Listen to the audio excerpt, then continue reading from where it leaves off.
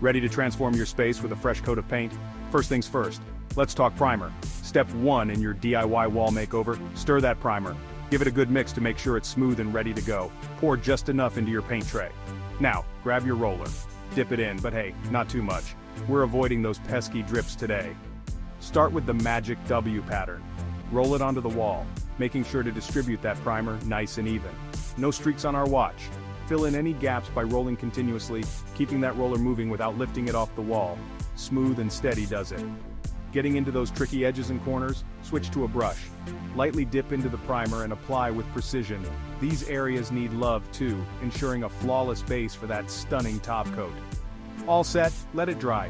Check your primer's instructions for the exact time. Once it's dry, you're all set to paint and make those walls pop. And remember, if DIY feels daunting, Piedmont Professional Painters has got your back. Don't forget to hit like and subscribe for more pro tips.